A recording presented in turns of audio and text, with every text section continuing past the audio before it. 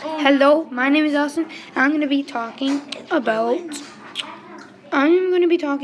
probability. So first, I'm wondering what the probability that I'm going to roll a 3 in this dice right here.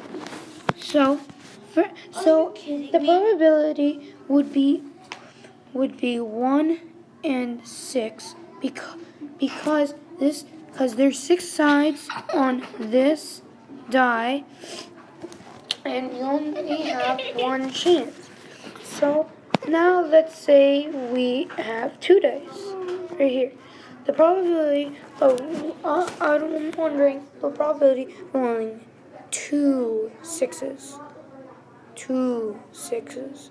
So probability would be 2 and 36 because there are 2 dice right here and times 6 by 6, which is 36. So there are 36 chances of you rolling 2 sixes. So that would be really unlikely to roll 2 sixes. Thank you for watching the math video. Bye.